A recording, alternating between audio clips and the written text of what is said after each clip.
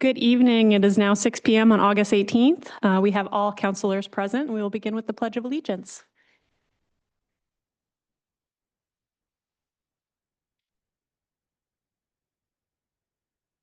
To the republic for which it stands, one nation, under God, indivisible, with liberty and justice for all. At this time, I will open it up for any public comment. If there's anyone in the audience or online that would like to either come to the podium or raise their hand, this is their time. Not hearing anything in the audience or seeing anything on Zoom, we will move on to item 14, discussion and consideration of closing Union Street from 3:30 p.m. to 7 p.m. on August 31st so the municipal lot can host the annual trunk or treat. So moved. Second. Any discussion? You want to come up to the podium and explain? Oh, I didn't see you on. I didn't see you. Yeah. All right. You got, yeah, I think we're good. you got saved, Lonnie. All right. No speeches tonight. All in favor? All are in favor. Thank you very much, Lonnie Steves, for coming out tonight. All right.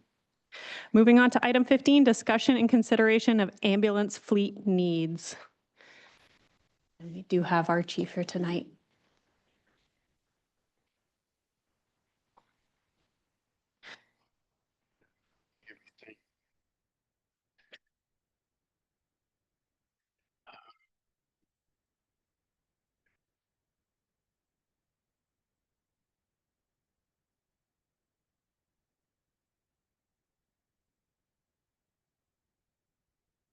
Kind of short.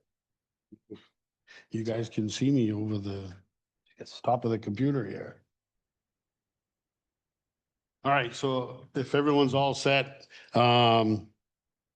this process, I believe, from what I'm being told, it was started a little while ago.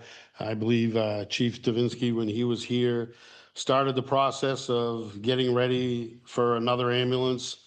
And then Chief Bostel in the capital improvement budget for 2026 brought it up. Some of the slides may look a little similar color and stuff wise, and I just added to it or whatever. So it is come to that time in accordance with the policy that we have, at least what we have for an SOP at the station.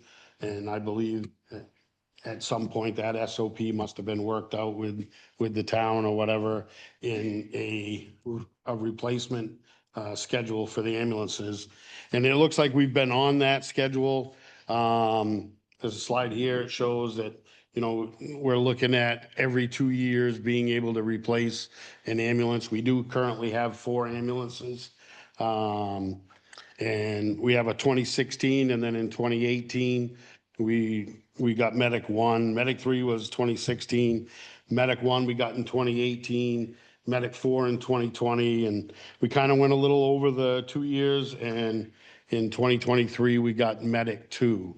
So here it is 2025. So we're right in that schedule of about every 2 years replacing an ambulance. So like it states in the policy there, usually it sounds like in the past you guys have done a 1 to 5 year lease payment program. That's to get the new ambulance, and then depending on the condition of the boxes and everything, that we're able to remount those boxes on brand new chassis down the road. Anywhere from 6 to 10 years after that. So, and like I said, they are staggered. So.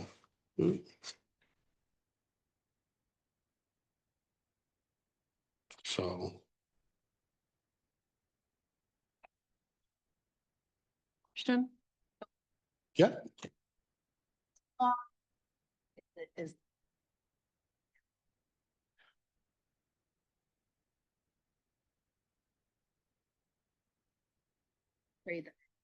So depending on the condition of the ambulance at the time, obviously, smaller services, slower services, if the ambulances are somewhat in good condition, that a dealer can do a little maintenance on them, and then they can sell them used to maybe services that are starting out, or even maybe some volunteer services that have like a first response. You know, they may be able to sell just the box so they can put all their equipment on. Doesn't mean they transport with it. They just respond while they're transporting ambulance. And then there are some dealers that, you know, if the ambulances are in such bad shape and they can't resell them, they then take those, and there's some dealers that deal with sending ambulances overseas to some third world countries that just need ambulances to transport people. They don't have as many strict guidelines and standards that we have to follow here in the United States. So they use and abuse them until they don't run anymore. But there's a lot of dealers out there, or contractors, that buy used ambulances for overseas. So again, depends on, or some just go to the junkyard depending on how bad they are.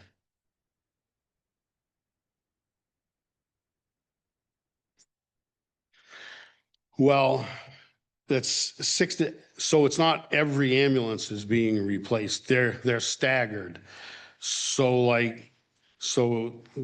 say Medic 3, which is the 2016, that if you went every 2 years, you should get about 8 years out of that, anywhere from 6 to 8 years, depending on the condition of the ambulance and things like that. So so then you could either remount that box if it's capable of being remounted, depending on how many times it's been remounted before, and then you put it on a brand new chassis, and then you get another 6 to 8 years out of that. The goal would be to get about every 8. So Linda, can I add one thing to what the chief just said? And that's been the approach here, is we've rechassied ambulances. And I think we've probably stretched the limits as to how many times that can and should be done.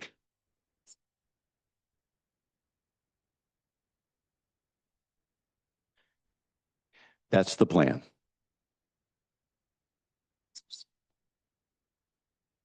Agreed. And Counselor Weymouth and I talked about this. I mean, we've already signed contracts for this year with the towns, but it's something that we probably need to calculate into our funding formulas for FY27, or we take the amount that towns are contributing to uncollectibles and just set that aside for a capital reserve. And then just, I was just going to remind Linda that we have switched from our old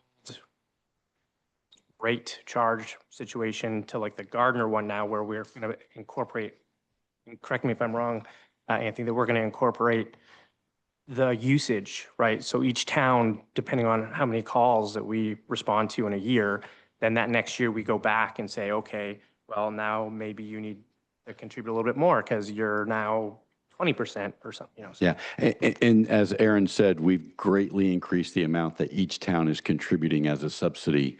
And we're not even at 100% of that funding formula because the amount was so great. We wanted to phase it in over 2 years.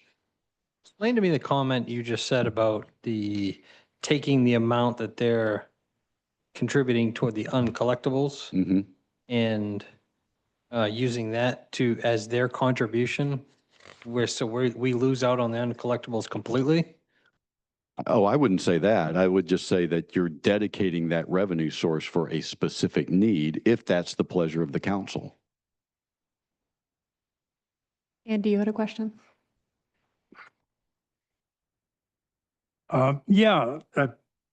We're talking about after purchasing the ambulance and after arriving at a contract with adjacent towns, then next year, coming to the adjacent towns and asking them to pony up for our purchase of the ambulance without any prior agreement.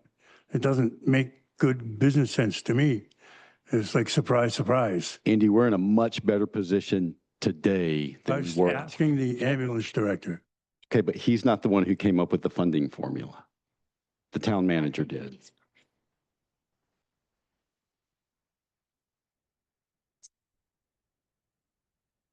I don't think, we don't get into that much detail. This is the cost of the operation. And then it's kind of up to Anthony to then say, okay, and included in that is the service ambulances, the personnel, liability insurance, all of that now versus just a flat fee, correct? Well, if that's the case, then we need to attribute a cost to the stuff that we don't ever get back, the administration part of it. Your time, to your time and, there are costs that anybody has. If they're running a situation, we should not be sharing the same exact funding formula as all the other communities by capita. So rest assured that part of the funding formula is the administration of the department. So the chief's salary, as for instance, and his benefit package is part of the operational cost that is then divvied up based on a per capita and a call usage basis. So probably the only person whose costs are not figured into that would be either mine and or the finance office. You get another one? Can we see a copy of that formula? Yeah. Can you send it over? I just want to see what's in it. Yeah. I mean, I shared it with you guys during the budget process, but essentially you take the operational cost, you divide it by per capita, you assign 50% of that cost to per capita. The other 50% is based on a call usage. So obviously Winthrop and Monmouth are going to have the most call volumes because we're the biggest towns. And also per capita they're also going to be the biggest. Yes. Yeah. But now we know for certain that more towns are paying their fair share than has been the case in the past, because when we applied the funding formula, we saw that the amount that Winthrop is contributing to that budget decreased pretty significantly. The amount that the other towns are contributing increased pretty significantly. Andy, you have a comment? However, I also Um, do want to state that I don't want to go off topic too much. No, I'm not Okay. going off topic. Okay. We're trading in ambulances that can be refurbished, albeit at a cost, and then resold to another town. I'm sure most of our citizens want to know why we wouldn't have an ambulance resurfaced rather than spend $300,000. Chief, may I answer that? Yes. Because it's not the chassis that's the problem, it's the box. You can only take a box off of a chassis, put it on another chassis a certain number of times before the box itself is deteriorated so badly that it would not be safe to put that onto another chassis. So as I mentioned earlier, we have in the past stretched the limits of the amount of times that we do that. And the other day, last week, Roy and Aaron and I and the chief and some of the folks here in the audience met with the ambulance company, and they said they would not, even with the best boxes, wouldn't do that more than 3 times max. How many times this particular one been done? Do you have any idea? One that we're talking about trading in, Yeah, I think it's been remounted once before. once. To, Cost wise is, to rig chassis it? It's almost like. Sorry to jump in. No. Yeah. And when we talked with the dealer the other day, moving forward, I think we will probably want to consider a different type of box that's has a sturdier build, because you can remount that safely. He said, 2 times easy, maybe 3. But we've gone with the cheaper box in the past, and so when you do that, you can't remount it as Those many boxes times. that you said you can do 2 times. This is not, so that is a Braun model. This is a Demur model. And with this, he said that, you could do it 2 times. Braun, you can do it probably minimum of 2 times. So you might be able to do it 3 times with a Braun model. Am I remembering that correctly, guys? He said you should be able Well, to get two. Yeah, I mean, I think with the Minimum. Braun, it was, you could probably definitely three. You could even get more than that. Correct. It's just each time you do it, it's gonna be like, once you start getting over the second time or whatever, it's gonna Well, be a lot more expensive It because gets to then a point, they have to rip more out of it. gets to a point where you gotta update the electronics, you gotta update, you basically got the entire thing. Whereas when they're remounting them, they use wiring harnesses, they use some of the electronics, they test them, make sure they work fine. Yeah. And then, once you get to a certain point, all that stuff has to be completely redone and modeled. Can I just kind of give an overview of kind of? You want to go first? Yeah.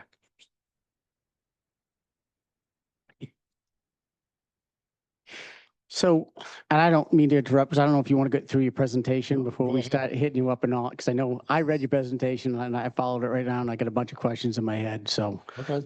But I'm happy to let you finish your presentation as well if you so choose You to. can ask as we go along. I'm okay with that. Okay, that's fine. So when I look at this, and I might have just misspoken, I'll correct myself. I think it was 160 for a rechassis, and I think it was like $253,000 for a brand new one at the time we were looking when I first joined the council. I think that's what the cost reflection of it now. And I know it's gone up, obviously. All the equipment has gone up over the years. The only questions I really have is, I notice I've got years for Medic 1 and Medic 3. I don't have years for what year the Medic 2 is, Medic 4, or Car 10. And I'd like to know what year those are, if you have it on record. And if you don't have it, No, I got, the year of the chassis. the year of the unit.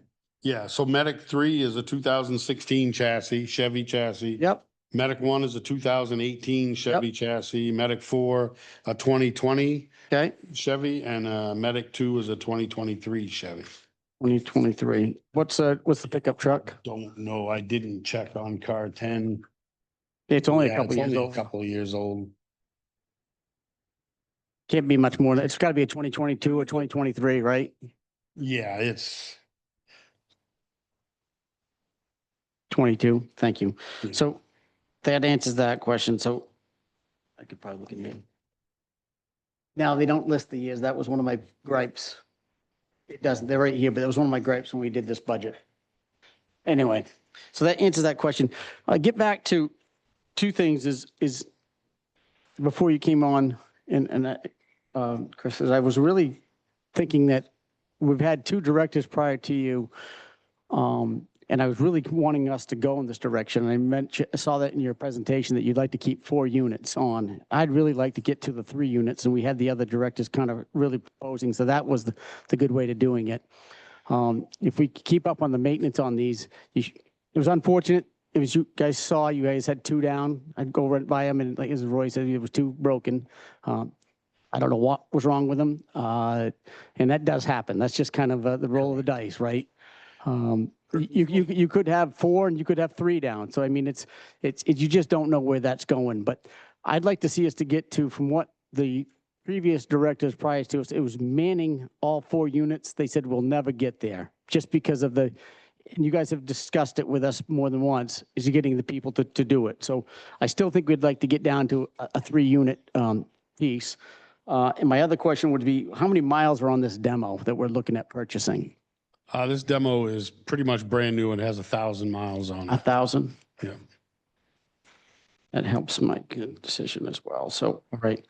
So those are just my thoughts after reading your presentation and everything. And I really just kind of want to put that together. But I also, my last comment on this whole thing, I know you guys say that the budget's going up on the maintenance on them. I shy a little bit towards like, well, that's not a whole lot of money to maintenance something running as many miles as you guys are on it. I mean, I kind of do my own maintenance too. I understand of you wanting to have something better and more reliable. I completely get that too. So I'm not saying I'm against or for on this. I just was thinking, I like the talks of maybe getting somebody else on board with the town's understanding when they're going to help us pay for a new purchase. And one more year at paying what's $7,000 for maintenance on a car is a lot cheaper than $357,000 for 1 year. If we forego 1 more year. And I understand you can say the build out is going to take 2 years, but we can also plan for it now. I know every little comment you're going to kick back to me. So, because I've done my homework. Okay. So, Okay, but it's in fact, so when I get done talking, I'd like the chief to talk about, because we've talked about this. We agree that going down to 3 makes sense. It's a matter of timing. no, and I get it. And these are just questions I'm bringing up. Like I said, I'm not no, saying no, I'm for I- or against. I'm just trying to present everything that's going in my head, just so you guys know what my thought is going on right now. Yeah, and I want Chief Moretto to talk about the timing of that, because that's I think definitely, it's a consideration too, from in my head too. Yeah. So. but as far as like waiting another year, you're right, Jim. So I think we're sort of fortunate right now to have this model available at a much cheaper cost right now. Because if we waited 2 years, then the cost is going to increase by Can I another. interrupt right there, Anthony? $75,000. And I should have probably prefaced at the beginning before you started speaking. I pushed for this to get moved up to this meeting because for a couple reasons. One is that this truck that's available it represents a huge savings to the town if we're able to get it.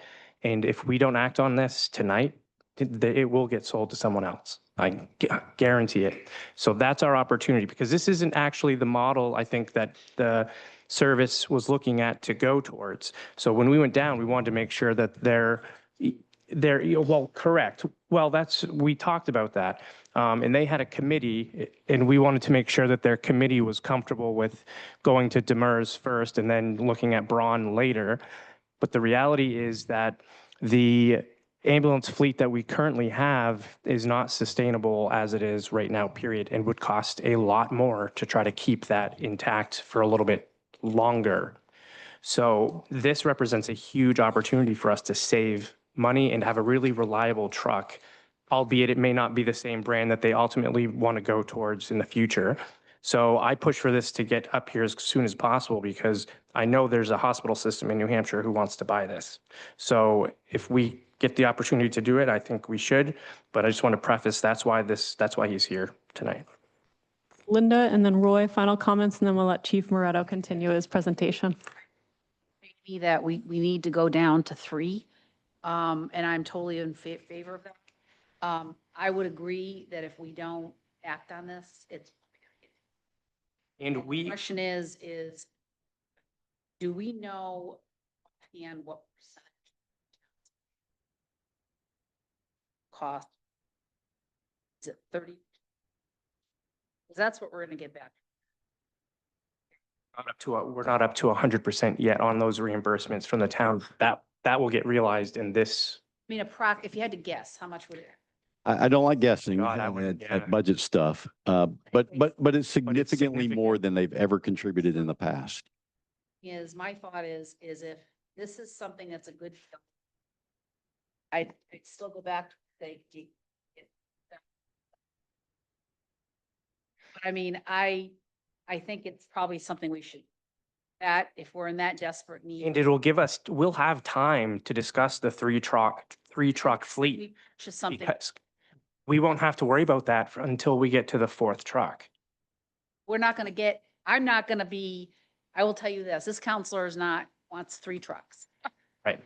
Right. Well, unless, Three- right. I'm We can going for cross that 4 bridge. trucks, we're at 3 trucks, that's it. So Roy, and then we'll let Chief Moretto finish up. I have a question. Got a few things, kind of all different topics.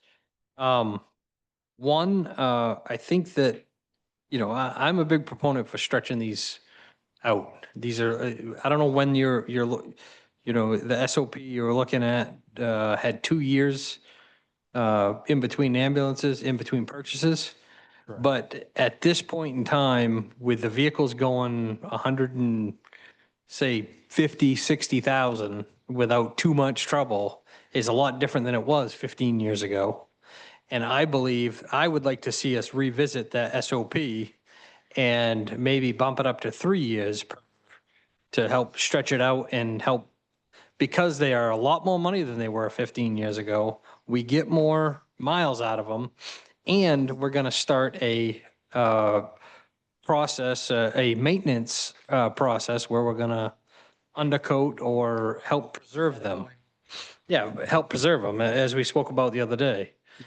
So that's one thing I would like to do, is I would like to have us look at that, or you look at that, or I don't know who, where you found that information, but I think that we should look at that as far as bumping that out another year per unit. That, We should be able to do that. I think the reason we were on that schedule is because the AEVs just did not stand the test of time. yeah. So, yeah, and that leads me to my next one. Do you have any miles, how many miles are on the pickup? Yeah. No, I So- wasn't even thinking, it's here. It's I- here. Somebody can write, and it I look at the pickup as, it that- is a 2020. and it is by the a, way. It's 20. it is a diesel, right? No, it's. That's not a gas? It's gas. That is gas, I mean, okay. So, So, what's that?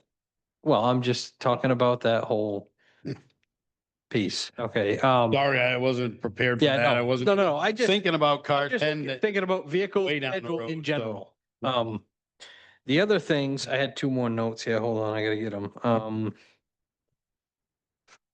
we spoke at the meeting down there the other day. Yep. He spoke about a loaner, if this is purchased from him, and this kind of plays into the going down to 3 units. If this is purchased from them, they have a program where they will give us a loaner for if something is to happen to this unit. So where does it, I know he spoke about it, he said it there at that meeting. I don't see anything on paper saying he's gonna do that.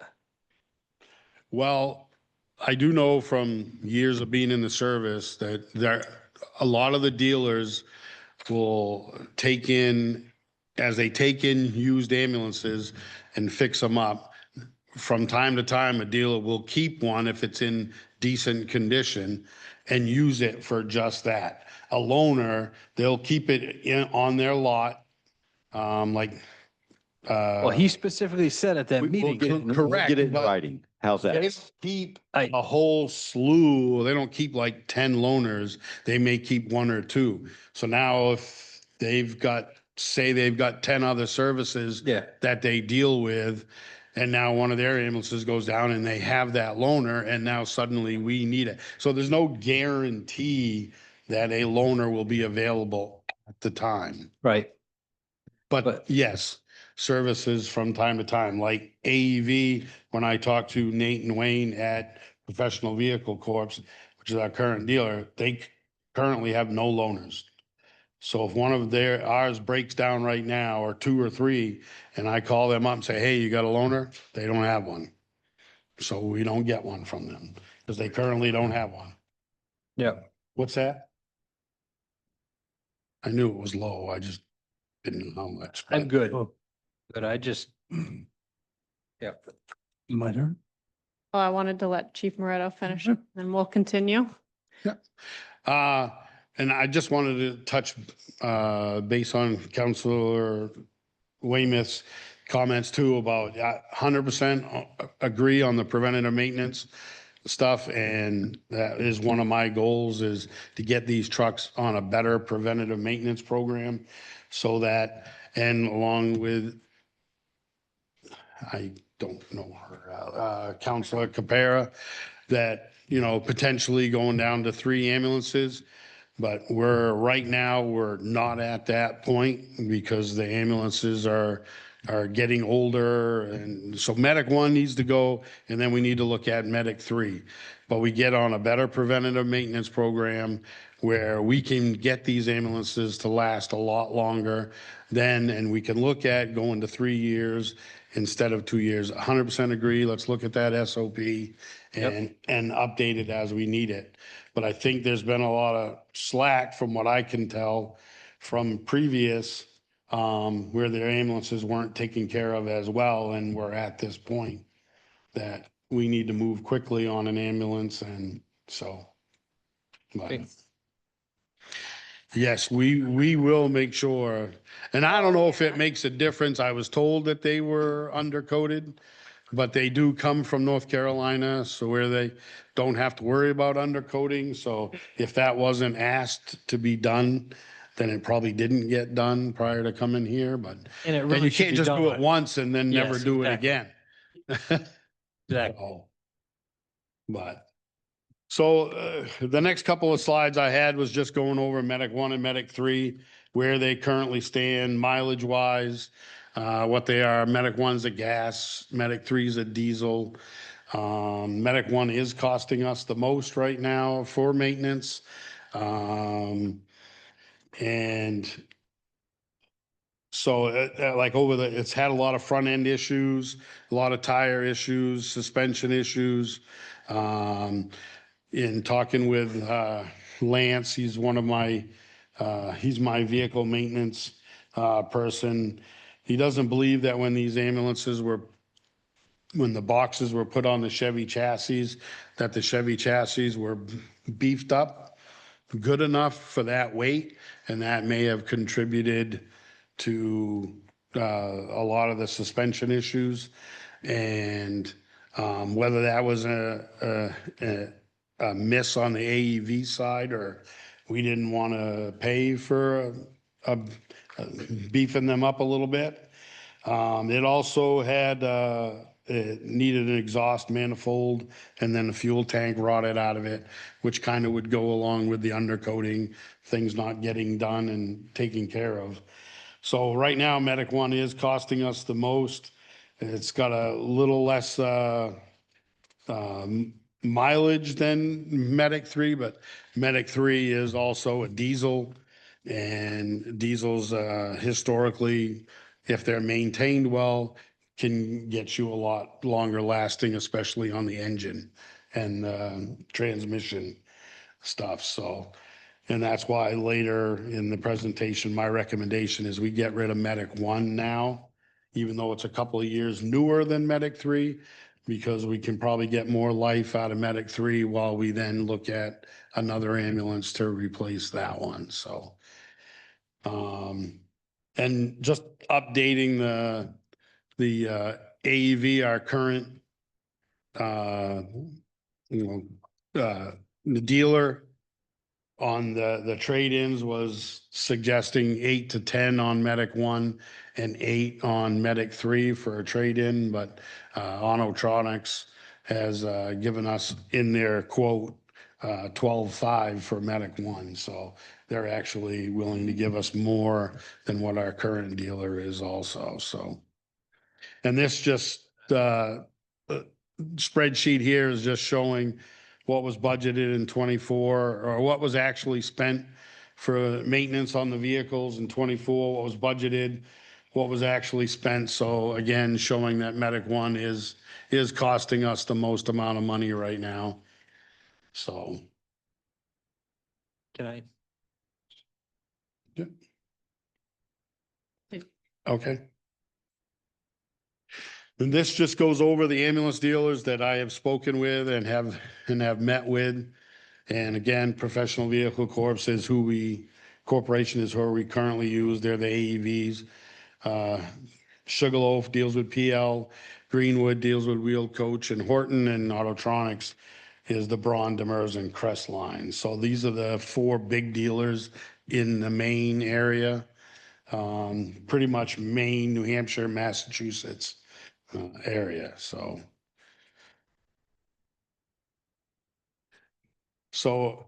again, AV, they're out of Rumford. The manufacturer is out of North Carolina. Their current supplier, they're the Type 3 ambulance, which is what we have right now. They don't have a demo available, and they're a 2.5-year build time from the time that we order. So we would be another 2.5 years out. And I believe their quote was like $328 for an ambulance there. But again, 2.5 years out, and I don't know if there'd be anything added to that in that 2.5 years. Most likely not. Autotronics is the one that we looked at that has the Demers that we're very interested in. It's the demo. Like I said, it's got 1,000 miles on it.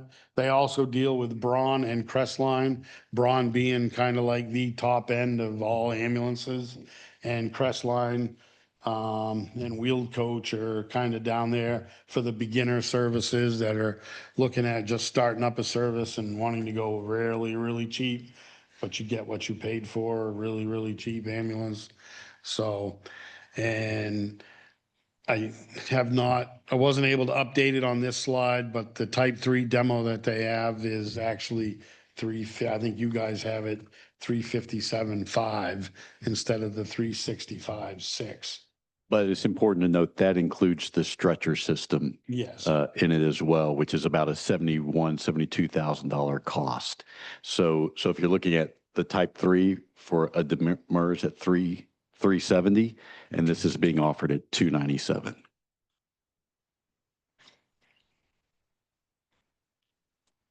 But outside of that, for both the Demers and the Braun, their build times are two. If we went with a custom one or one that wasn't a demo, I mean, 1,000 miles to me is brand new. And it's set up just the way the crews, the committee that we put together and looking at it are very happy with working with for the interior of it.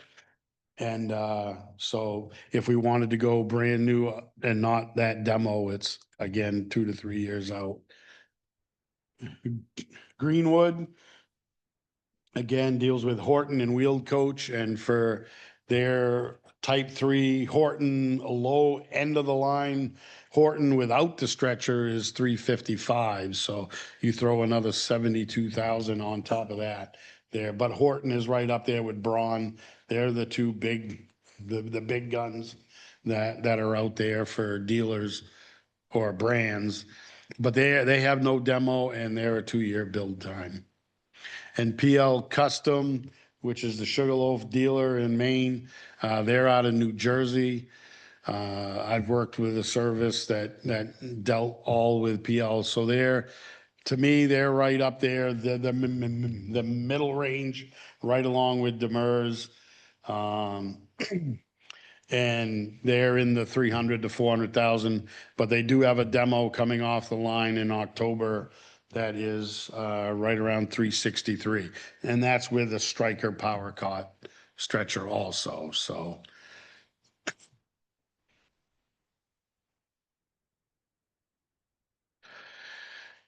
And again, this slide is just going over the 4 ambulance versus 3. I totally understand where everyone's coming with that. I know the comment, I believe it was Councilmember Steele that made the comment about we would never see, and maybe we would never see that we would have to staff 4 ambulances. If we did, then we'd need more than 4. We'd need 5 or 6 ambulances on there. I would never say never. It all depends on how quickly this area blows up, or if it ever becomes southern Maine moves up to this direction and the population skyrockets.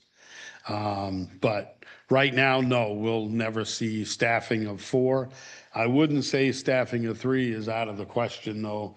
Maybe not 24/7, maybe during the staffing a 3rd one during some of the really busy times.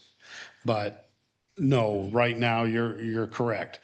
We're able to handle the call volume mostly. I mean, just the other day, Augusta had to come in and transport, which probably happens a few times a month because both ambulances are currently tied up on other calls, so. We'll have time to look at the numbers. Yeah. So right now, I mean, even in the 2 months that I've been, 2.5 months that I've been here as chief, there's been at least 3 times that I know of that we've had 2 ambulances in the shop at the same time. So will that go 6 to 8 months before that ever happens again? Who knows? But you can't, we think we get everything all taken care of, and we go a week where everything's going smooth, and then all of a sudden an ambulance breaks down, and so. So, and then I did take the numbers, the police chief helped me with the dispatch, and they've got me set up on the computer at the station where I can go in and I can pull all these records from dispatch. And just since January 1, we've had 139 times out of the 1,200, 1,300 calls that we've done so far where both ambulances were out at the same time. And then at least 28, if not more now, times where a third call came in while those two were out. And either we had staff that came in and was able to take it, or it came in around shift change and off-going crews were able to take the third, or myself was able to jump on and respond, or we had to have mutual aid come in and handle our calls. So, I mean, that's no different. I mean, we go mutual, we went mutual aid today to Leeds because Turner didn't have an ambulance. So there's times that we're out of town too. So we're all helping each other. So, so coming right down to it now, my recommendation is, because of the time sensitivity and the possibility of losing the shot at this ambulance, if another service which is interested at it, suddenly purchase it out from underneath us. The good thing is I was able to, at least talking with the dealer, that he's called the other dealers and they've kind of put a hold on anyone getting it, depending on how tonight goes. So hopefully I bought us some time, and we can act quickly on this demers. That would be my recommendation, that we go ahead and purchase this. And then we can start looking at whatever changes that we can in SOPs and start planning for the next one down the road, whether it's going with Braun or with another type of ambulance. So, and with Medic One being the most expensive, my recommendation is we trade in Medic One versus Medic Three, because we can probably get a little more time out of Medic Three because of the diesel. And again, my recommendation is for now, until we get our ambulances back up in line, that we stick with the 4 for now, but we do consider and look at down the road if we're able to drop down to 3, and then start preparing now for the replacement of Medic 3, knowing we're looking at possible 2 to 3 year build time. So. Chief, thank you for your presentation. At this time, Councillor West has a couple more comments or questions, and then Councillor Weymouth. Okay, not to open a big can of worms, but has the discussion come up again about using the smaller van style ambulances? Just a yes or no? So, yeah, so if everyone recalls, those ambulances are strictly for transport. So you can't treat anyone in the back of those ambulances because there's no room for that. And we've got several paramedics here who I'm sure would be happy to speak to that. Okay. I did go to one of the services and took some pictures. I don't know if there's a, Mr. Wilson, if there's a way. I mean, I could throw up some pictures on the thing here. They're on the jump drive. I don't want to mess with your computer, or if it's I possible. mean, Discuss that one with. we don't really have to go down a long road here, just if it was discussed or wasn't. We've discussed this, I think, at 2 Okay. meetings since. Okay. you're- I just know that Question. there's not a lot of room with, like the town manager was saying, they're more for just your BLS transfers, or maybe even an ALS transfer that's pretty stable. You just have a monitor or an IV drip hanging or something like that, going from hospital to hospital. But for the emergency situation, I'll use an example, the three critical motorcycle accidents that we've recently had in the last couple of weeks. Each one of those had 3 or 4 people in the back of the ambulance. You're not going to get that in a van. And every single person that was in the back was working very hard to save these people's lives. And they had room to work with. And even then it's tight when you start piling in three or 4 people in the back. now trying to do that with a van where you can only sit on one side of the patient and there's just no room. So. Can I just add to that point real Okay. quick, though? And the next question You're is, not- has any thought been given to you actually had it up here, and of course we had it down here, that they're not, even though they said they might give us a backup ambulance if there was a breakdown in the new equipment, they're not going to guarantee it. Okay, so why don't we guarantee it? $12,500 trade-in is nothing compared to spending $357,000. Why don't we keep our best ambulance and run it once a month or so just to keep it, as Roy I'm sure would say, and just to keep it in tune so we have a backup? Are you suggesting going to 5 ambulances? No, we're going to get down to 3 and Right. we could keep Well, piece that's, that we might trade in for $12,000. but that's part of my argument for keeping 4 right, especially right now, because the 2 of those ambulances are getting pretty old. So like if we get this and to trade in Medic 1 and we keep Medic 3, we may be able to kind of maybe not use Medic 3 as much, but we can still get some use out of Medic 3, and I would like to somewhat put it into a rotation. So there we're not putting lots of miles on the brand new one, and then suddenly that one needs to be replaced quicker than it should be. So, which is another reason for keeping 4, is to have more ambulances in the rotation, and we're not, just like I said, piling mileages on the new ones, so. Okay. Thank you. Just thoughts. Thank you. And at this time, I would just like to remind the council to stay on topic with what we have at hand is regarding this $357,500 for a Demers Type 3 ambulance from Autotronics. Go ahead. Roy. I just want to make a comment about the guy that came down there that from Autotronics. The fact that the difference between these guys and the company we're currently using, when these get outfitted or rechassied, I guess, they go to Virginia. Is that? No.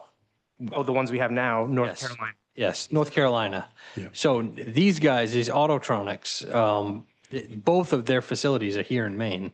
One is in Bangor and one is in Frenchville. So that's also an added, transport as well as, I mean, it's right here in our home state, easily accessible. Easy to go pick up a loaner ambulance. Correct. So 2 things I think of when I think of purchasing this ambulance. I mean, I look at it and I kind of wanted to know the years of all the units we have. It puts us at a 2022, a 2023, and then it gives us a 2025. Those are all pretty new ambulances. So then, we'll be getting rid of Medic 1, which is 18, and then I think 16 of the Medic 3 would be the last one, and I wouldn't necessarily plan to replace it. I would put money away aside and do that. Those are my thoughts. And then when we were to, and I think Roy just answered my next question for the next one. I was going to say, if we would go get another one to replace the 2022, right? Who would we use for an organization? Because it looks like the PVC company for that Type 3 was a little cheaper with them. But I do kind of agree with you. If they're right here in the state of Maine and we need to get it up there and hopefully they'll turn around so you get less time of transporting it there and why not promote, a Maine business? So thank you. And just to, Jim, the PVC professional vehicles is AEV, just so you're aware. Yeah, I Yep. saw that too. I was just writing it down.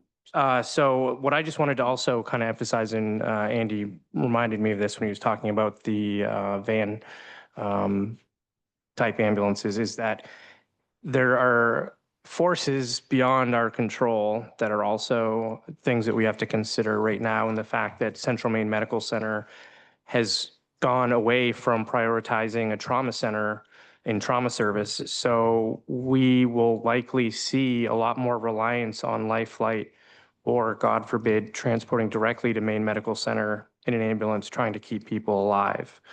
when Lifelight comes in on scene with the EMS, a lot of times they prefer, I believe, I don't know, they always usually will intubate the patient, put a breathing tube down, and they need the space to do that adequately. Is that fair? And I think we're going to see a lot more of that, given that the transport options for significant traumas are now either Portland, Bangor, or Boston. So I think that should be a consideration that we keep in mind too.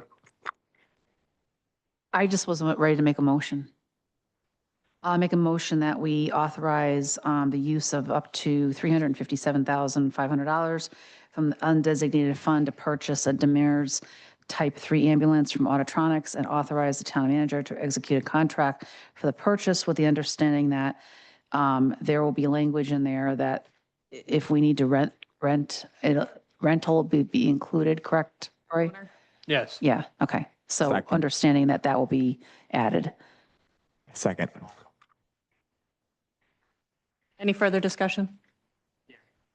Just also want to, if we're, and gonna, you know, we make this decision, I really, really want us to consider as we move forward, try to make sure we kind of stay within our limits of what we need for vehicles. And I'd really like to try that 3 unit. If we ever had to add something there before or afterwards, I'm not in favor of holding on to the old unit now. I think 12,000 is probably a fair trade-in based on the other companies.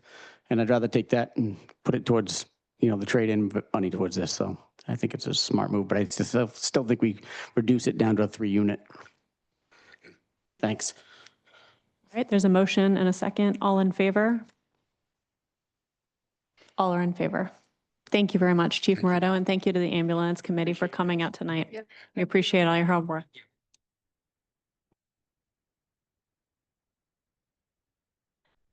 Moving on to item 16, discussion of proposed update to the town's administrative code.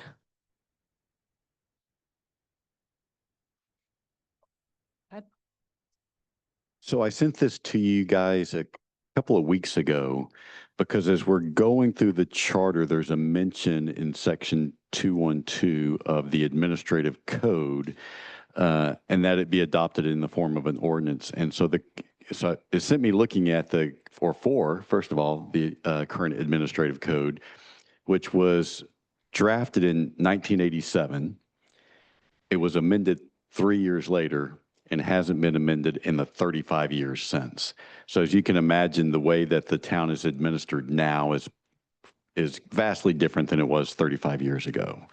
So as you know, we have an ongoing effort to digitally codify the code of ordinances. So we thought this would be an opportune time to update the administrative code so that it accurately reflects how we do business and the structure of the organization.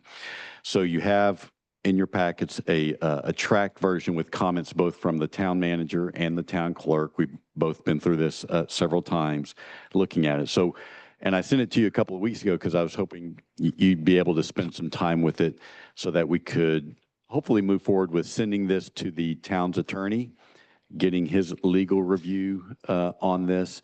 And then once he's done his work on it, bringing it back, and then we'll start the process of the public hearings and updating this ordinance. I got to be honest, I did not look at this only because I've just had the time. I prefer to table this maybe tonight. If you want to send it to the attorney, I don't have a problem with that, I but was gonna say, yeah, I'd like a little bit more time. What? I would say at least send it to the attorney. Yeah, that's fine. I don't have a problem with that. But I'd like a little bit more time to look at this myself. And I apologize. I haven't had the time to. Agreed. But if I could too, just looking at your review here, Anthony, I just read it real quick. I didn't get a chance to really embed in it. I'm just trying to understand the things in red is what you're striking or the things that changing, or how is this laid out? Because I'm looking at it real quick. Yeah, so the things in, actually, so when you look at the notes, Yeah. the notes in red are from the town clerk. The notes in blue are from the town manager. Okay. And so most of the changes that you see in blue are changes that I recommended.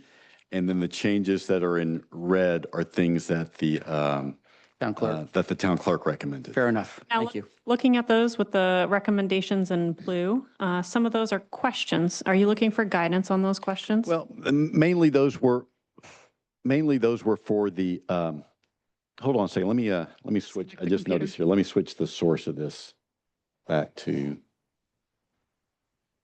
the Zoom meeting. There we go.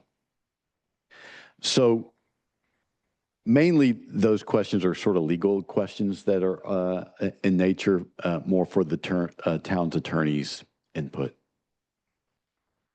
Sending this to him in the meantime. Yeah. I'm going to go with Linda on this one. I haven't had time to Well, pay proper attention. We don't disagree that often. Really, if it's my bad, it's my bad, but I just haven't. And I'm also curious if we want to be careful not to create any discrepancies with what the Charter Commission may come up with. Is it within their right to to change the administrative? Code? No, that's the council's No, but purview. And the only Never thing, mind. the only ways that these two documents cross is that the charter does reference that there shall be a administrative code. Okay. Yeah. Does it actually reference how often it should be updated or anything? The administrative code? Yeah, does the charter reference that? No, but interestingly, so, I mean, this should probably be updated whenever there's some change in the structure operation of the organization. But interestingly, I was earlier today looking at the charter from Scarborough. You saw the email, and they actually have a provision within their charter that their charter must be updated every 10 years. So it's something that maybe our charter commission, our two charter commission members here tonight might want to take under advisement. I guess I do have one question I'd be interested in the council's opinion is, and that is, this document lists our parks and recreation as a department. And I view our recreation department more as a program, and that all it really does, and I shouldn't say all, what it does is that it provides for a summer recreation program in partnership with the YMCA. Lonnie Steves is not our employee, and we provide essentially a town subsidy to help support that program. And I just wonder if we should make clear in this that that's not a department, that's a program of the city. Okay. I know we do have a rec committee. And I'm not sure if at some point in the future, as the town grows, we're going to want to have an actual rec department. I think that Monmouth does. I'll make a motion to table. Oh, This wasn't as an action item, it was just a discussion item, so. So we'll discuss this at a later date. Will we expect to see changes to this then after the attorney? I mean, some decisions on some. Oh, yeah, absolutely. And so, I would anticipate we would have this in time for our September 22nd meeting. Okay. All right. Thank you. Can I make a suggestion? I don't know if the ambulance chief is waiting on item 18. You might want to take that before item 17. Probably a pretty good idea. All right, we'll move to item 18, consideration of authorizing the transfer of various capital reserve accounts to the ambulance station repairs capital reserve. So moved. Any discussion? Any good reason? Talk. Where this is all locked in and we're going to get it all. This is the best quote we got and we're going to get this thing repaired. Well, this is different. Oh, okay. Yeah, so we're moving monies from dormant capital reserve accounts into the ambulance Correct. capital in order to do the repairs that are necessary to prevent more water breaks. So we've got a $71,000 estimate from Breathable Okay. Homes for the insulation. That's what I remember. The chief did look at the possibility of lowering those sprinkler heads below the ceiling. The vendor on that says it would be more involved in that. The cost would be in excess of $100,000. So we're sort of scratched that. However, we're still waiting on a quote from them. They said there is a possibility that it could be armed with antifreeze. Yeah. Yeah. More like a halon type thing.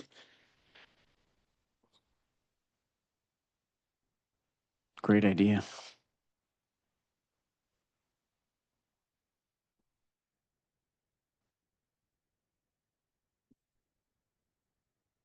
Yeah.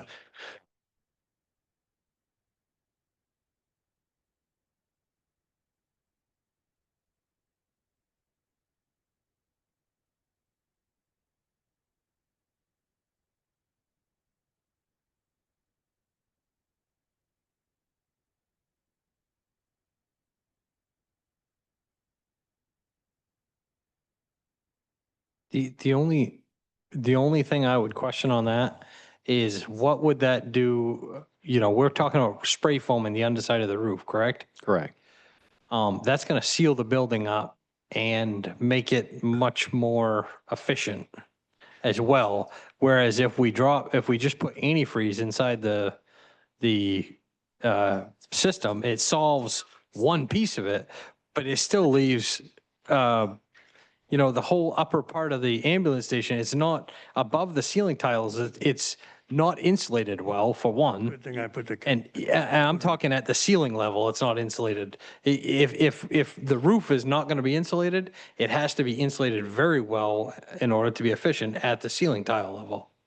So we were just looking for the most economical solution.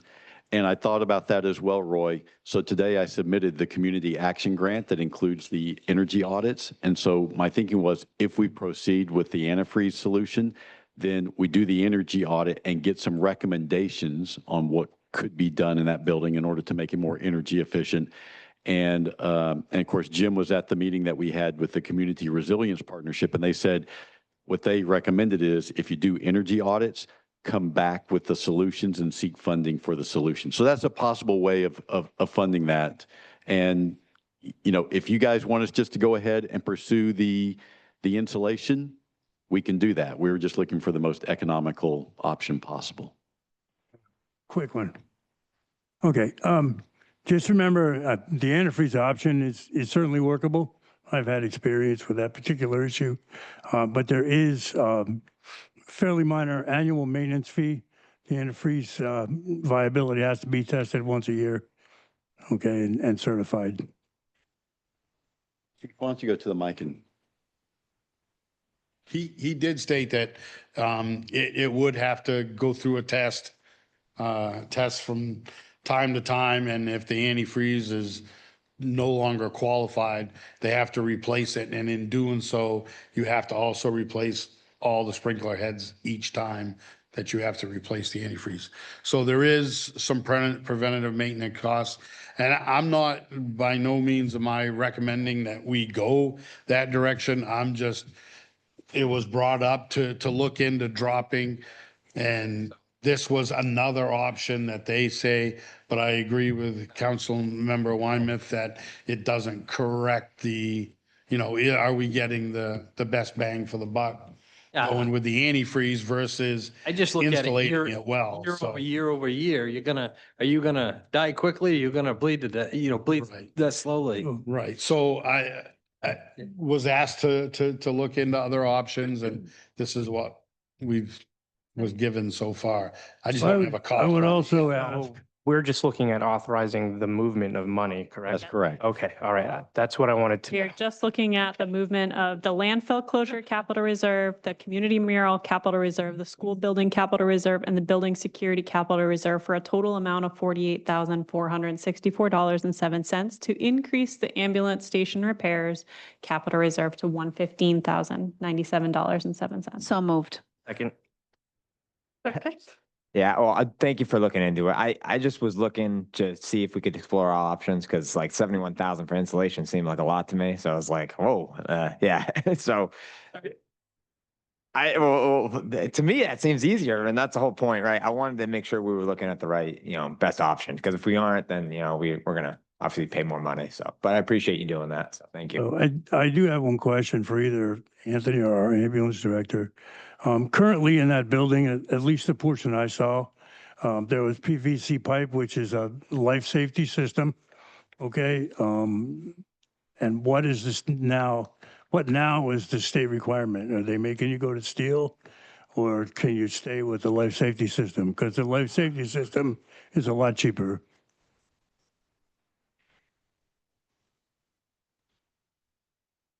Orange PVC, that's called the life safety system. Yeah, okay. Well, you're going to have to repair it. And quite often, when you get into those kinds of repairs, if the state has any rule changes, it's like, no, start over. So it's something to keep aware of, that you don't get caught off guard. So we've had a motion and a second. Any further discussion? No. All in favor? All are in favor. Thank you. Thank you, Chief. Bouncing back to item 17, we do have Steve McDermott in the audience, and I do want to thank him for his attendance and patience here tonight. This is the discussion of the comprehensive plan recommendations to the assigned town council. And this is something that I did ask that the councilors review, as the implementation committee had come to one of our previous meetings to discuss our priorities as a council and what we're focusing on as part of the comprehensive plan. So in front of us, we do have a list of all of the strategies. It's very extensive. Just looking at maybe a handful from each counselor. Is there anybody who wants to start? You want me to start? Okay. So in reviewing this, I looked it over and I think if we're just asking for some guidance, right? So my first thought is, I was at a meeting before I was on the council, and then I think I was on the council, and then Barry Crowell was looking to add some in homes in behind Audette's and up in that area, some affordable senior living, like this thing 7 units, and it just wasn't allowing it. I think our codes didn't allow it to happen for growth. And yeah, and I just think that if I look at that area, that's the best place. I mean, you've got Walgreens there, you've got the Audette's there, you've got Hannaford across the street. I mean, I know we got Squire Hill Village on the over the side, but on that side, it seemed like a great spot. And would somebody go back and maybe present this to him and see how we could get this done? Because he was interested in doing it at the time. But for me, I think of growth, and I think I've said it at other meetings. I'd like to see more affordable homes be built to here. So that was one of my takes. And then I looked at one of our maps sometime, and I think in behind us, Charlie's Chevrolet, and I think Andy might have said this years ago before I was on the council as well, about water and sewer and getting extended down there too, because it was a developing, it says development, growth, and it was in behind there down by Hoyt's Chiropractic, and there's land there. And that should be developed at some point, right? And what we can look at for maybe expanding our public water and sewer to do that? Because I know we keep getting the answer, it's $1 million a mile, yada, yada, yada. But at what point, I look down to the town of Monmouth, they've reconstructed the whole damn thing and spent a lot of money. And I know that's probably an investment back into what was currently there. But I think we really need to look at it, because as we grow, and dealing with homes and dealing with my kids buying homes, and there's probably 80% of the systems probably out there are failing, and people just don't know it in the state of Maine. So, but the public system doesn't, versus the private. And I know people gripe about the cost, but I really think we need to grow that. I mean, those are my 2 takes on this whole thing. Are you over here looking at my notes? Am I no? I couldn't see him if I tried. I outlined a couple of them, and I'm just going to go off of that real quick because housing. So could I ask a quick question just about Jim's 2 things? So one is, if you look up on the screen, I've highlighted this, and Stephen, I'd be interested in your thoughts on this as well. Can't read that either, Anthony. Better behind So you. this is in the housing section. It's I had 4.1, it was consider the creation and explore options for overlay zoning districts, planned development districts, or other zoning techniques in the zoning ordinance to allow for increased density in appropriate predetermined locations. And so I think 4.2. 4.2. Okay. So I think, Jim, that would address your first concern, because that's something that we talked about for that area. Short of rezoning it, these are the sort of tools that would allow that. Right. Yeah, I just think that's something we should. I mean, I don't know if getting Barry back involved, I'm sure he still owns the land, but I mean, it's made perfect sense even if it was a good business venture for him, but I thought it just puts housing there, so. So Steve, do you have a thought? Do you agree that that's the strategy that addresses Jim's concern? I've highlighted a couple of these already to include the public facilities services 9.1. continue to work with AUD and the Winthrop Utilities District to develop a master plan for expansion of sewer service within existing growth areas and into new growth areas. That was one of them. Sorry. Good evening, Steve McDermott. I'm just taking notes. 4.1, 4.2 sounds great. I'll do a control F when we get back. There were 222 strategies assigned to the town council. I'm sure we could find one where that fits pretty cleanly. So Shannon, maybe if you could point to the ones that you've highlighted. And what I want to do is highlight these on this document, and then we'll sort of have some notes that both staff and the comp plan committee can work off of. I kind of have them in order. So I started out with a long-term goal, and then I broke the other ones into short-term goals. So the long-term goal was basically focusing on housing 3.1, seek to achieve a level of at least 10% of new residential development built or placed during the next decade be affordable. Okay. And so then with that, short-term goals would be the housing 4.2, consider the creation of and explore options for, which is the other one you highlighted. Mm-hmm. Housing 4.4, I focused on the development of multifamily housing would be appropriate and in keeping with the town's character. And that's basically what James was just describing up behind Audette's and Walgreens. Housing 5.5, consider options to promote and encourage the development of senior housing with all appropriately sized housing developments. So as we're starting to look at those overlay zoning districts and planned development districts, I think it's also important, since we've had the closure of 2 nursing facilities in our town, to still look at that for senior housing. That's absolutely important for our community. And I think that also kind of So you said 5.5, but 5.2. 5.2, got it. Okay. That overlaps 7.3 too. Just so you know, 7.3. So with the senior housing, and then the public facilities services 9.1, that was the one with the Winthrop Utilities and Augusta Utilities District with the expansion of sewer. And so accommodating and meeting up with those other ones. And then kind of going back up for fiscal capacity 1.5. That's not so much with housing, but industrial and commercial development. And I feel that that all kind of falls in with the overlays that you're looking at for zoning for the town. And so I'm sorry, you said that was fiscal capacity? Did you make, capacity 1.5. 1.5. you're making notes too, in that area that I was discussing behind the dealership, it has, and even Apple Valley has water, town water's already there too. I think you made the point to the schools there.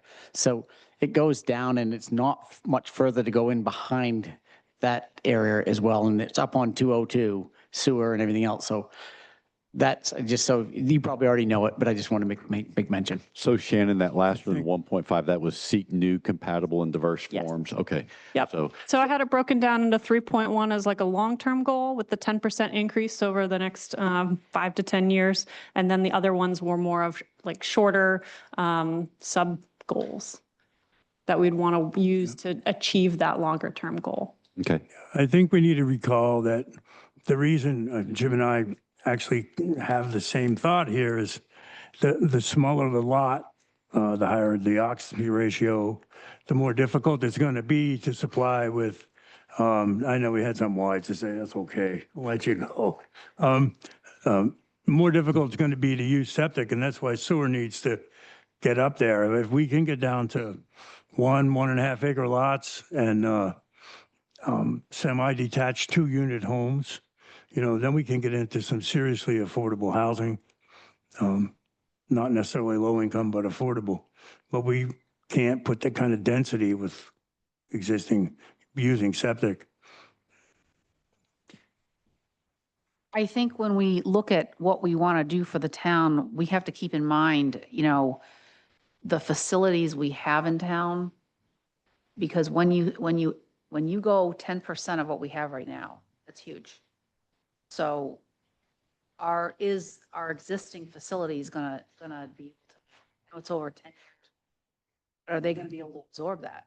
And then when you do that, the other thing is some of these developments, are they low income? Are they, what is the thing here? Because if you recall, when it was a low income housing project that was off Main Street, in Winthrop there, people came out in droves. Up behind Green Street, yeah, They that was came a out in blowout. droves and opposed it. Oh, I was thinking more. So I guess that's, Affordable, our senior living.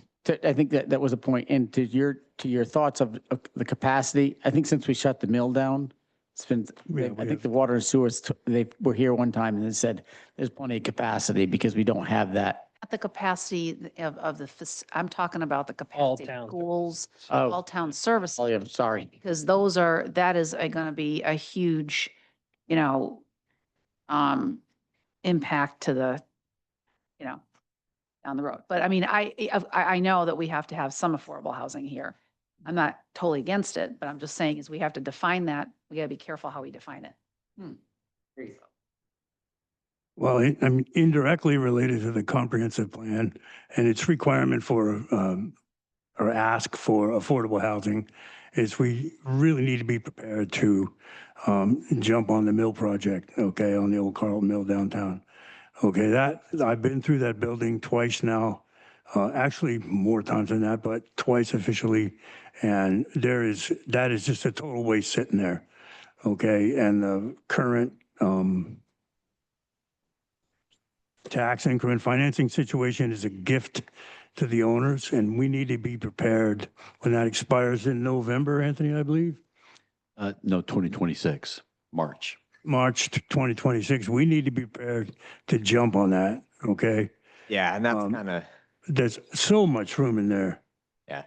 That's in my line of thought too. I think, if housing is an issue, bringing business to downtown is the next biggest issue. Because it's like, we have all these events and we have all these things and I drive through town, I don't see a big turnout. And then you certainly don't have the businesses to retain the people to go in and stop.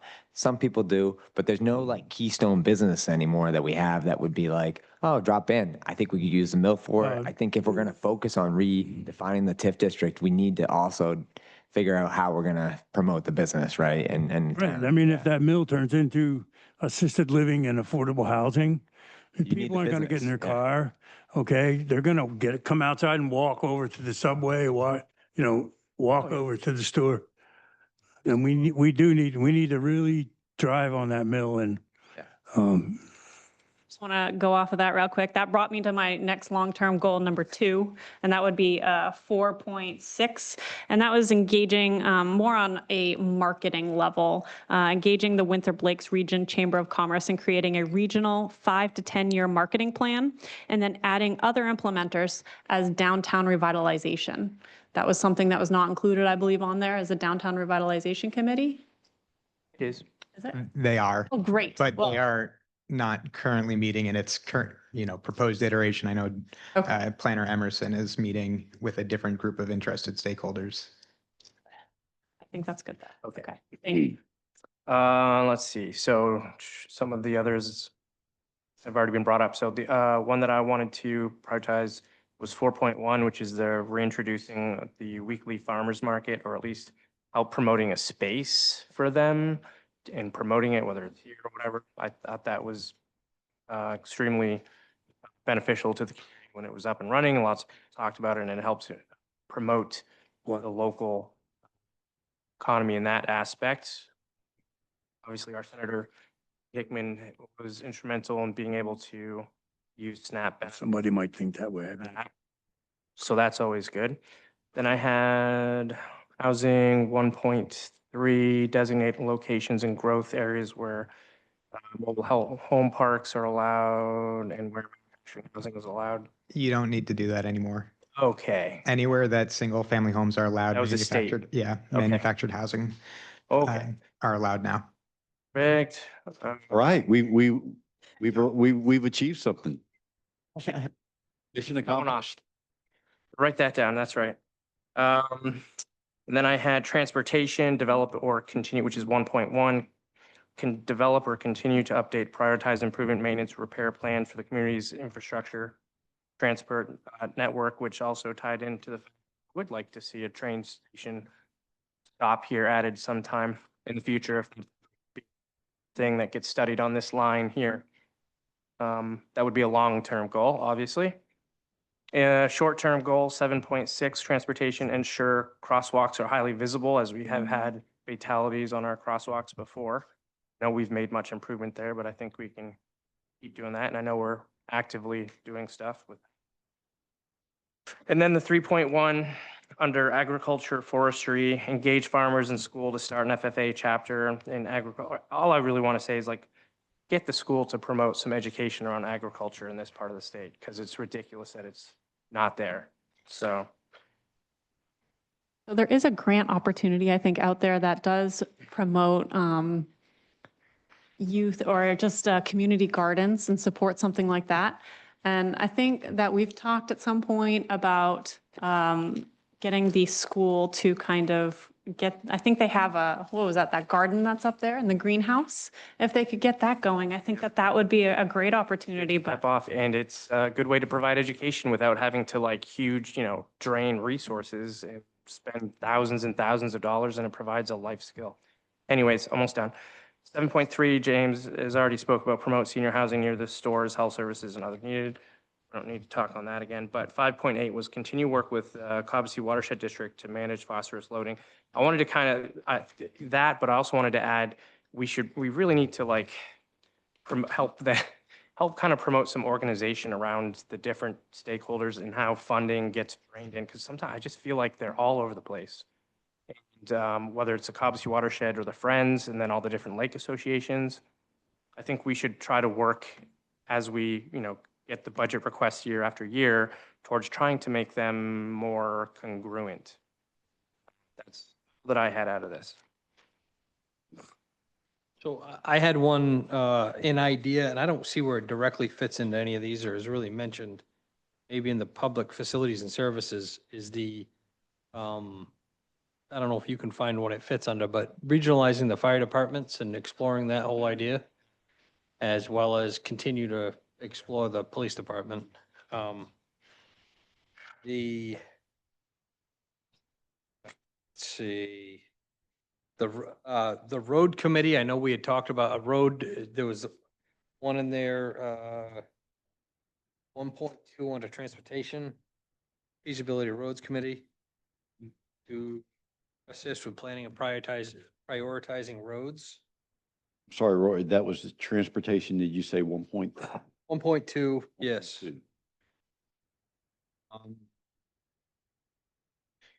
These have already been talked about.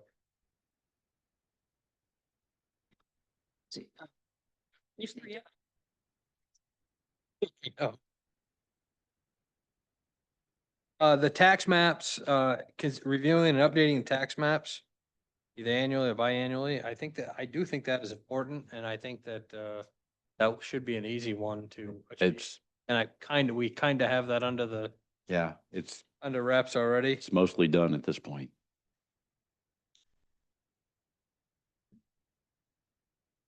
And I had a couple others.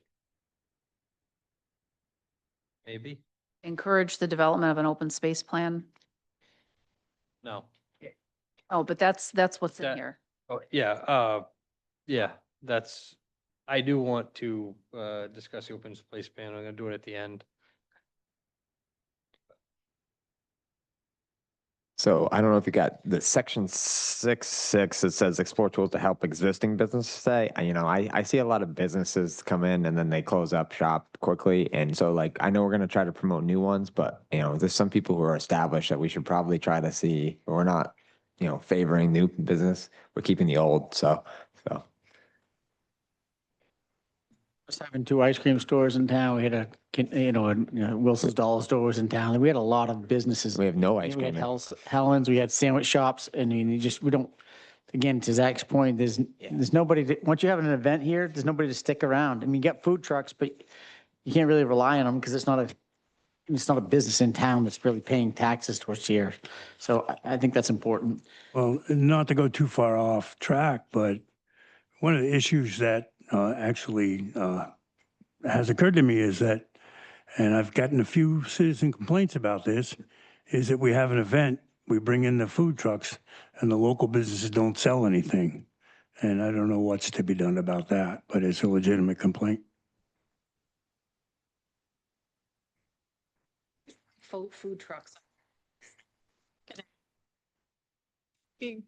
That's where I kind of go back to the whole work with the Chamber of Commerce to focus on marketing. We have a lot of great things here. We have some new restaurants in town.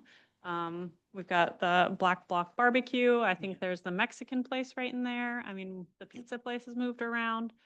We still have House of Pizza downtown and Ed's, and I mean, we have a lot of great and stores and businesses, and so it's just marketing it, I think.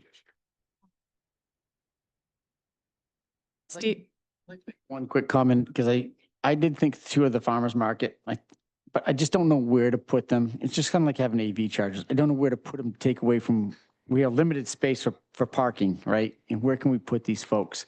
And I oftentimes think, should we have it here in the parking lot of the town hall or right here in the lawn, or should we have it in the school parking lot? Because there's nobody there usually during, the summer months when they're doing something. But to put it downtown when we're trying to promote other businesses to be there and for the parking, because we were very limited on it, I think it's tough. But I love the idea, because I think it's a great idea. But it's- I honestly think, Jim, that the municipal lot is the perfect place for it.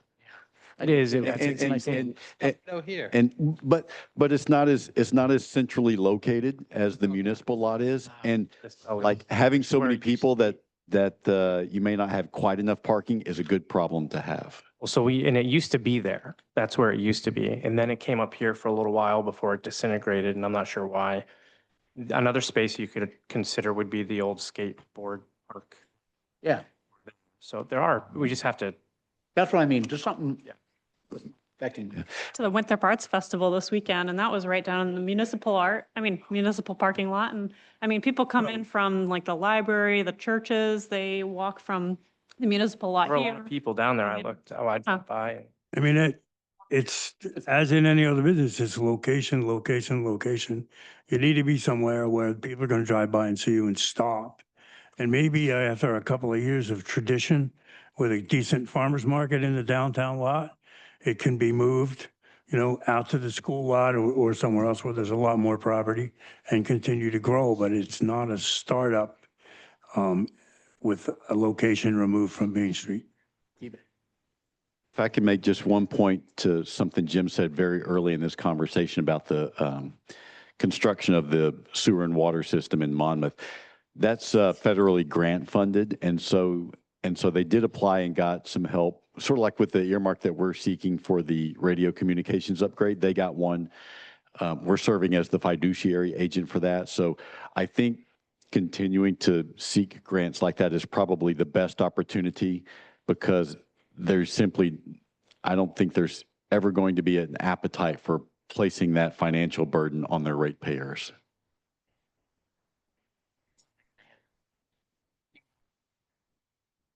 So Steve, I do want to take the time to be thankful that you are here today. And what kind of information are you looking for from us? Is there anything we could elaborate on or summarize for you?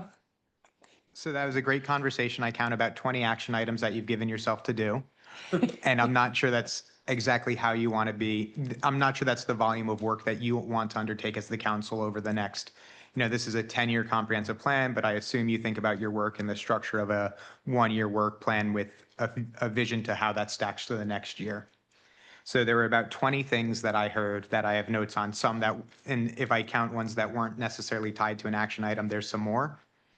So what I heard was, and maybe it's helpful for me to reflect back what I heard, and a lot of it had to do with planning for the development of Winthrop in the future and what that looks like, and how do we, one, address the need of current residents and current businesses. So how do we ensure that individuals and families who have lived in Winthrop their whole lives can stay in Winthrop if that's what they want to do, and not be priced out because their home is a 4-bedroom, 5-bedroom family home that with a long driveway that they can no longer snow blow or afford to heat. We don't really have downsize options that they can get into, or and also to Councilor Zach Steele's point about how do we support the businesses that are here and might need a refresh or some support to get through something.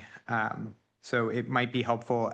I can come up, I'm sure I can work with Anthony to come up with a list of what these were, and you can then think back on what your peers have said to you and what you might want to undertake. Some of it sounds like you might want to direct somebody else to do it, right? So some of the conversations, if you all decide that ensuring that housing is appropriately developed and dense housing is developed in areas where you want to see dense housing, right? Along transportation corridors, not on farms.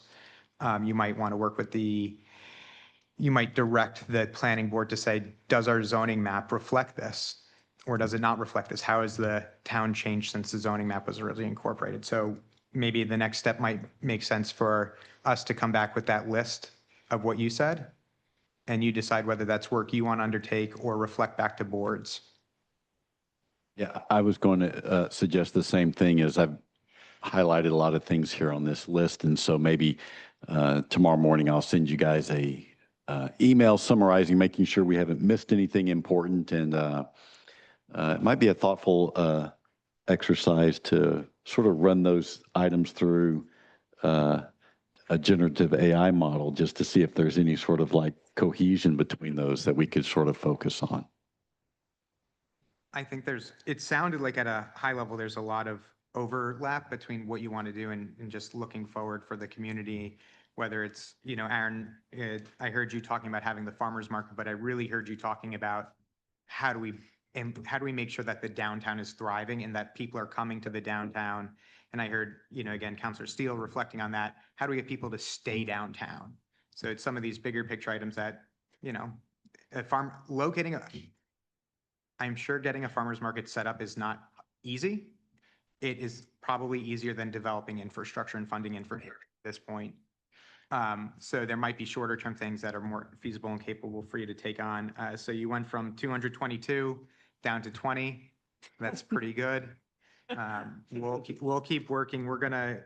We keep meeting monthly to work through these, and we're happy to talk. I think that one thing you may also want to consider is using shared language between when you're talking about these types of projects. So what is affordable housing? What is low income housing? What does it mean? Affordable housing generally means that a household pays no more than 30% of their income towards their housing expenses.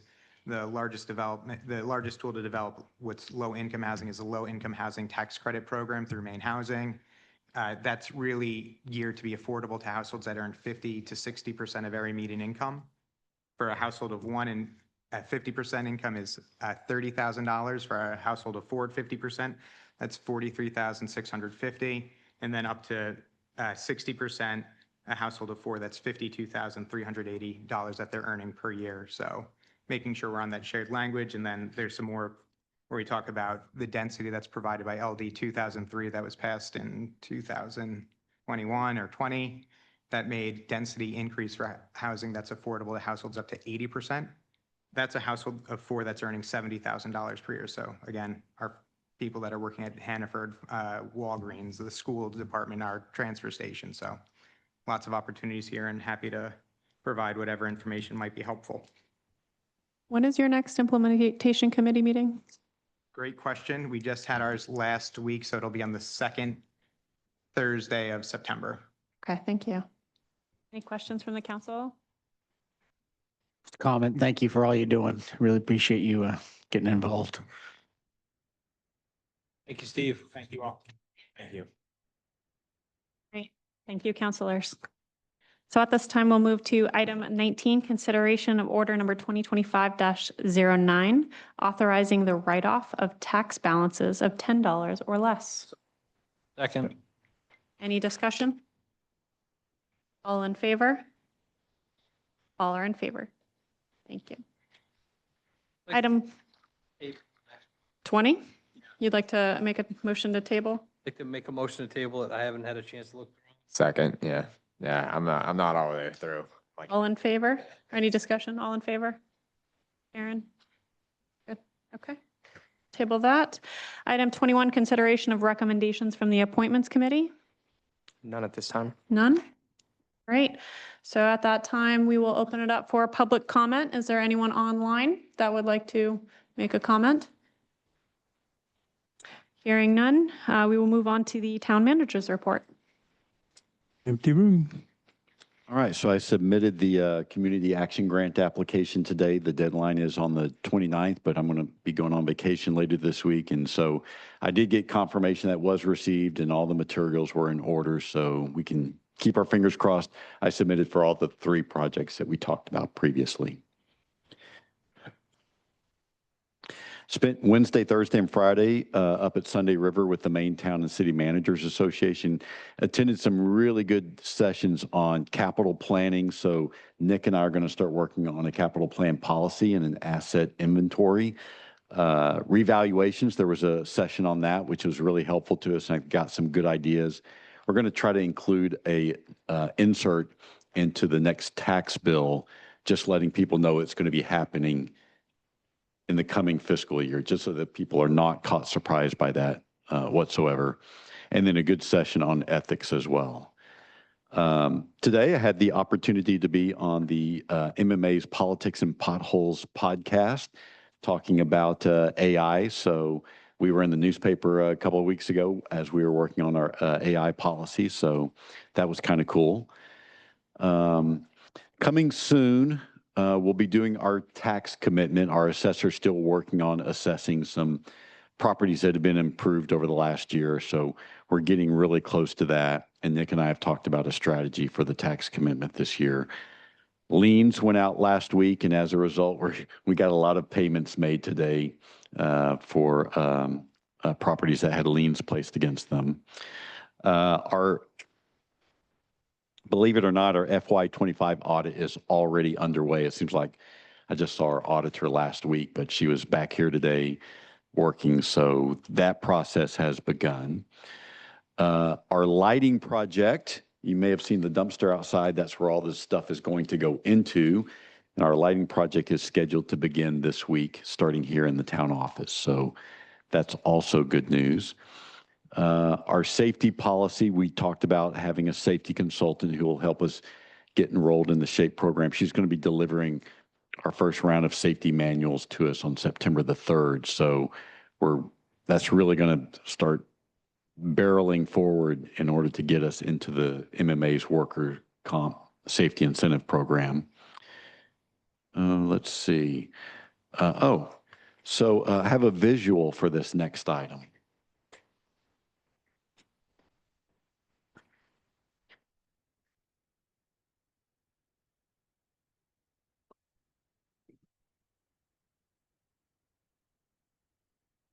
This is what our code of ordinances currently looks like.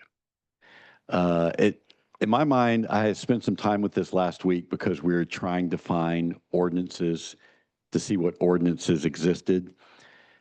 These are 4 large books. Papers are falling out, deteriorating in them.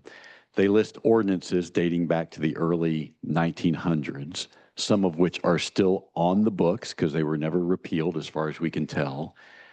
They're not in order alphabetically, chronologically. Each ordinance has a number. They're not in any order via number. This, in my mind, underscores the need to digitally codify our code of ordinances. So I spoke with the town attorney last week because there's, I'm looking here at 1, 2, 3, 4, 5, 6, 7, 8, 9 different ordinances that we probably need to repeal because they're no longer in effect. A good example was the Winthrop Area Communications. There was an ordinance that established policies for the Winthrop Area Communications Technology Board from 1996 that obviously no longer exists. My very favorite one, though, and I think this might have been the genesis of the movie Footloose, is there is a ordinance from 1914 that requires a license in order to have a public dance. And if you have a public dance without a license, you're subject to a $5 fine. So anyway, so the town attorney has suggested, yes, we actually need to go through the formal process of repealing these outdated ordinances. And then there's another dozen or so ordinances that probably need to be updated simply because we've got a fire prevention ordinance from 1972 that hasn't been updated. And we probably want an ordinance that addresses fire prevention, but it needs to reflect current operations. So anyway, so we're going to begin the process of updating ordinances, repealing ordinances, and making this so that it is orderly and accessible, i.e. online. Let me make sure, there's one other thing. Let me make sure there's nothing else. Okay, yes. So I'm going to be on vacation from Wednesday through Labor Day. We'll have limited connectivity, and so the town clerk will be the point of contact.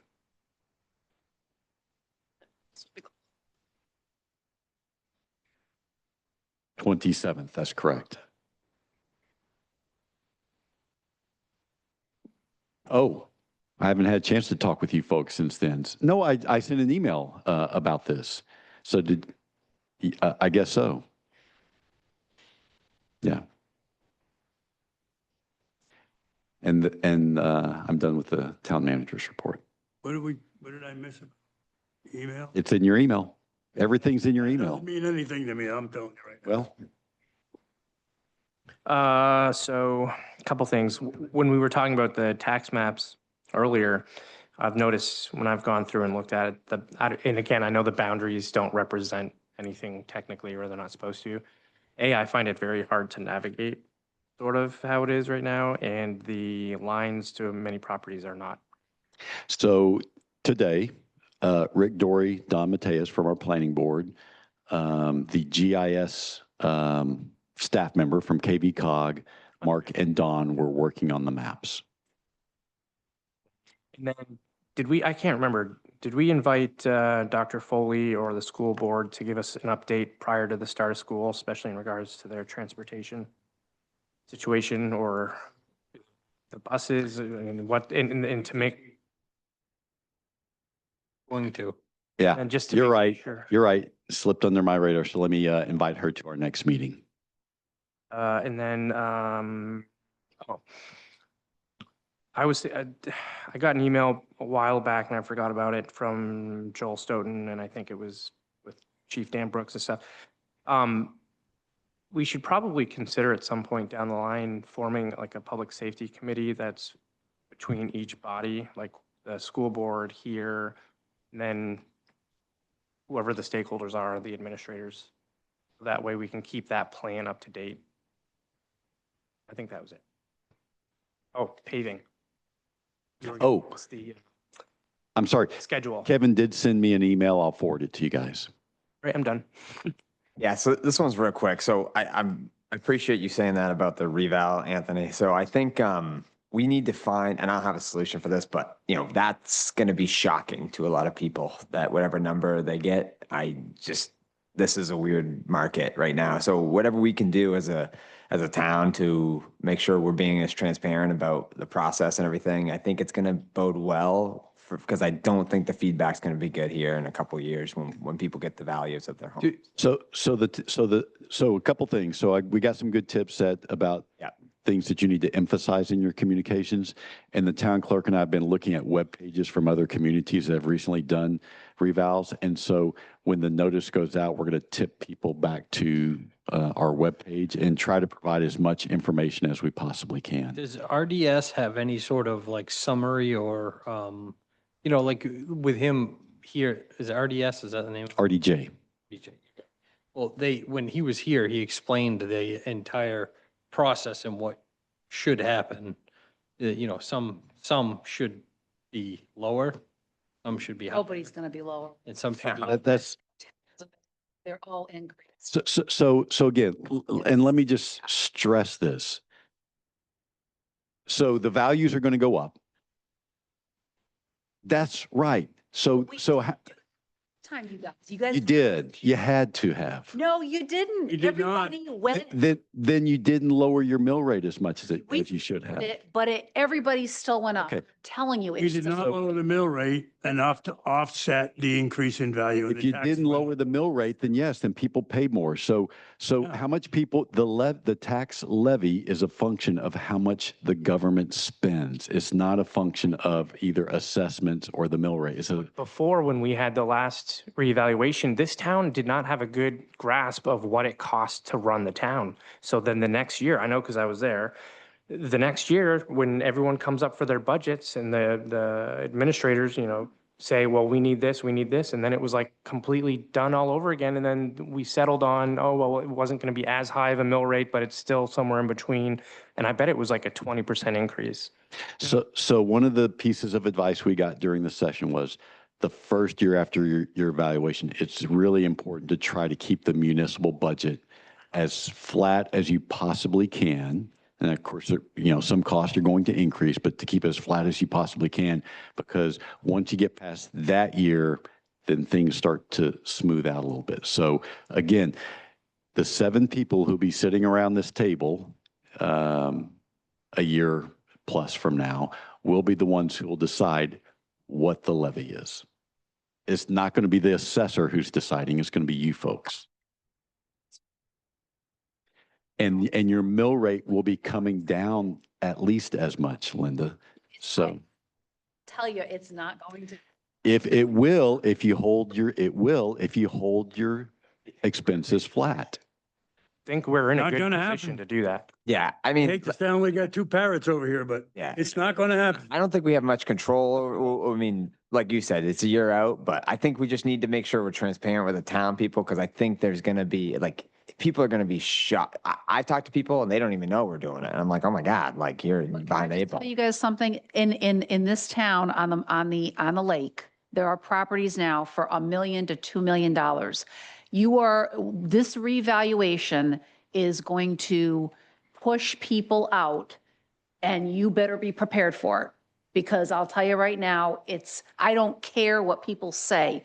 The valuations around this country are they don't make sense. So as far as I'm concerned, that's why I didn't vote for this thing. And that's why, as far as I'm concerned, it's going to be a nightmare in this town, a nightmare. The next budgeting cycle, next Nightmare. June, that's when we'll be discussing the overlay for the revaluation, correct? Primarily. The overlay for the revaluation. Well, so to account for any kind of abatements or anything. Oh, yes, So that'll be in this upcoming 2026 June for the reval? Or yes, is that the following? Okay. yeah. All I know is last evaluation, we owned a successful business on the lake, and we were told we're going to reeval. Valuation's going to go up, mill rates are going to go down, and you're not going to pay any more tax. Well, it never happened. Well, you were misinformed, because some people are going to pay more, some people are going to pay less, some people are going to stay the I same. can guarantee And the it's a- ones that are now selling for $1 million on Memorial Drive, their percent of taxation will go up. Yes, because Will they're absolutely go currently up. not paying Correct. their fair share. It's a redistribution. Here's the thing, you Correct. guys are saying fair share, but I totally disagree. The fair share, you and I and everybody else around the town are not getting any more services. And in my opinion, valuations in the state should be frozen until you sell the property, until people can, if they know what they're purchasing, then they can go pay the taxes on it. And as far as I'm concerned, not freezing valuations, you say fair share, but you can't compete in a market where there's unlimited resources from people coming out of state and just have open pocketbooks. It doesn't make sense. It's not appropriate. It's not fair to the people that are here. That's my opinion. James? It's not fair. I know, Statute. like, It's statute, it's not fair though. So when people pay their fair share and people come in with a $10 million thing, I'm going to plunk $10 million on a piece of property in Maranacook. Oh, really? So everybody else's thing should be $10 million? That's fair? That's not fair. You're going to kick people out of this town that have been here for years Well, because they're not going to be able to. afford it. I don't disagree with you, Linda, on that piece of it, but the problem, I think, why we need to do it, and God willing, and the councils can see through it, which then can control the mill rate, we get to decide where we set that marker. And I think Aaron's already said that the budget, we know what we're spending, and we've got a good spending practice now. Anthony's got it on, we know what we need to spend, so we know what tax revenue we need to generate. The biggest problem I think I see that was presented to me when we had this for discussion is we're being punished by the state because I don't get my full tax exemption because we aren't being evaluated appropriately according to what the state is.